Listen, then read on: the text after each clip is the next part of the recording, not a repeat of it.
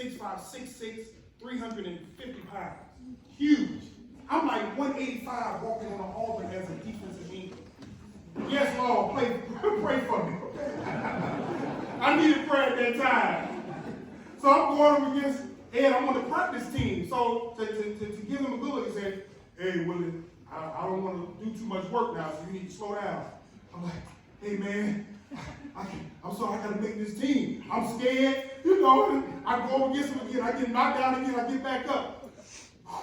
I said, I told you now, I don't want to hurt you, Willie. I don't want to hurt you. I said, Willie, I got to do whatever it takes. I don't care. But he ended up respecting me for that because I made him better. But because of continuously following that process, like the title, because I put in that work, even when I try to get my other guys that walked on to join me and put in extra work, and they refused, I put in that work alone, just like that title. And because of it, I ended up earning a scholarship my second year at Auburn, to getting a starting position, to winning all SEC honors, and to even getting a shot and getting drafted into the NFL. Now, I didn't get drafted. I waited by the TV and nothing happened, but I did. I was saying, at the time, I had a girlfriend that told me that, well, Willie, maybe you need to look at getting a job in your major. And so we broke up the next day. I'm sorry. Because I don't know about you, but how many of y'all can really be with someone that doesn't believe in your dreams, right? That won't support you in your dream. So I went to San Francisco and I worked hard, followed the same process, just like that time before and after practice. And sadly to say, I didn't even make training camp.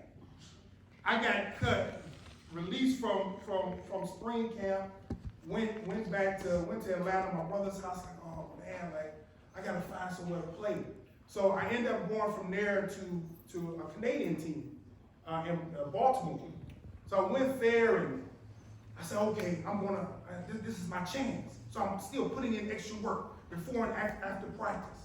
I'm working alone, just like that title. And thinking that it's gonna be good enough. But it ended up not being good enough. Now, how many of you have been in a situation where you give your very all, right? And you're getting positive feedback, but it's still not good enough. You're like, man, what else do I need to do? So I end up being put on a practice squad for that team. And I was struggling at that time, even being on a professional team. They were paying us like $200 a week. I'm eating a buffet. You know, I was like a regular at the buffet. $4.99, $5 buffet. I had to make this stuff stretch, okay? This money stretch. So from that, the team ended up going to Montreal in Canada. They moved to Montreal. And so I'm up there, and I'm still following the same process like that type, putting in extra work before and after practice. Putting in work alone because nobody put in extra work with me. It's okay. And when it came down to the final day for guys to get released, if you would have just been in that room and felt the tension in that room of guys not knowing, oh man, are they gonna send me home? Am I gonna be able to make the team? Right? But see, I was confident and arrogant. I got all kind of positive feedback. I'm not going into that. I'm the man, right? I'll beat people on the field. So I'm like, okay. Then they say, Willie Whitehead. Like, you talking about me? They talking somebody else. What are you talking about? So I was like, oh God, man, what is this? So I get in front of the general manager and the head coach and say, well, Willie, we're sorry, but because of our ratio of Canadian players to U.S. players, we really liked you, but you know, we can't keep you, but we can put you on practice squad. So I thought about it and I said, man, just came from practice squad. I was barely making it. Like, what is this? And just the look on the general manager's face and Jim Pop on his face and the head coach, it did something to me because it's almost like he had like a smirk on his face, like, I'm sorry, it's what it is, it's like you're not being serious about the way I'm feeling right now, right? I mean, if you've been in a situation like there's somebody smiling in your face and but you know that they really don't have your well-being, right? So I said, no, just send me home. I can't do this anymore. I was about to just completely give up. So I went back home to Tuskegee, Alabama, worked a 9 to 5, being a greeter at a dog track. Hello, welcome to Victory Land. But it was eating me up inside, standing there knowing that I wasn't chasing my dream. And then more importantly, how it would disappoint my parents and the people that worked at that community center that invested in me, for me to give up now. I'm like, no, I can't. This is not me. I gotta still go after my dream. So I called my agent. I said, look, and find me somewhere to play. I don't care. Somewhere. I play in Alaska. Find me somewhere to play. So I ended up signing with the Hamilton Ticats of the Canadian Football League. And then at this point, I'm in a whole nother mood now. You see, that process had intensified for me. So I didn't really make too many friends. I didn't really talk to too many people. I was so driven. I was like, no, it's the NFL. Whatever it takes, I don't care. So I put in more work. I didn't care about, who cared about me working alone? Whatever it took. And because I put in that extra work and I worked so hard, I ended up being one of the top players in the Canadian League at that time. Made an all-star, second league in sacks, just one of the top. Because I was on the field, I was taking no prisoners. I did not care. It's NFL or nothing. So after that season, I was like, oh man, my agent called and said, Willie, I got great news. The Detroit Lions want to bring you in. I was like, woo! So I went and bought a Detroit Lions cap and shirt. I'm like, yeah, man, we're like, hey, y'all, I'm a lion now, I'm like, yay! So, but I was broke.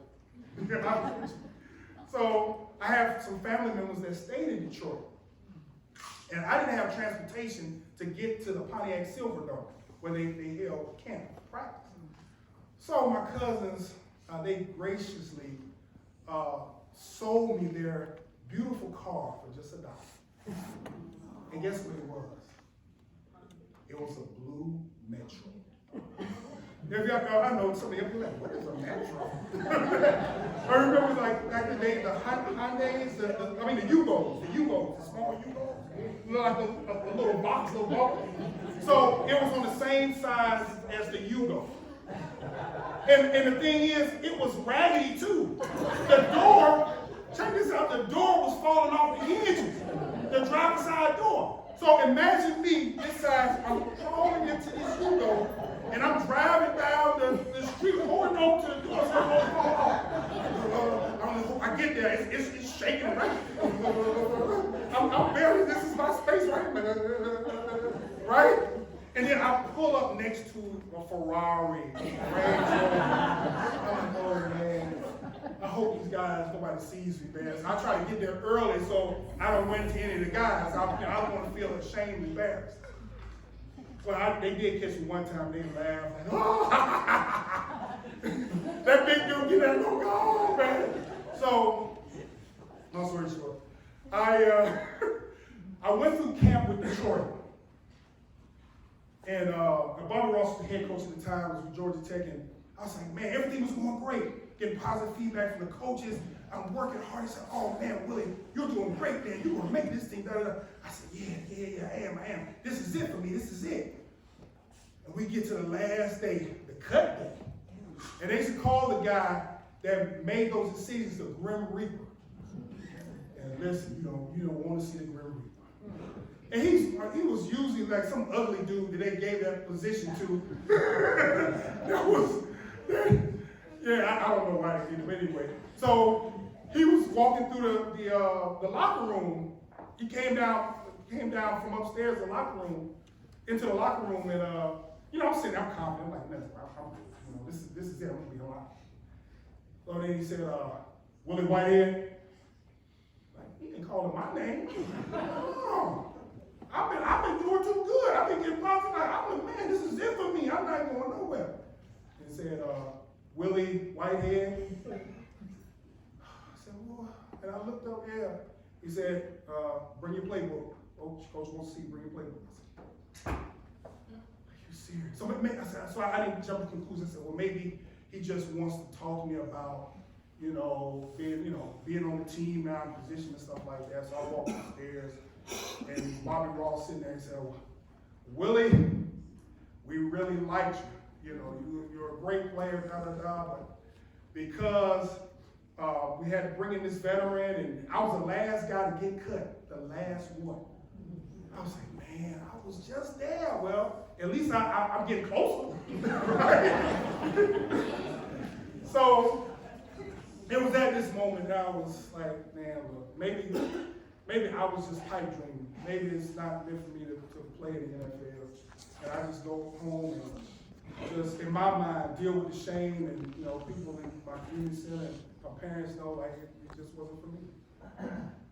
So I really did some self-reflection at that time and just decided to pack my things up. And then my agent called again. He said, well, Willie, you go back to Canada, Canadian teams, you come back and finish out the season.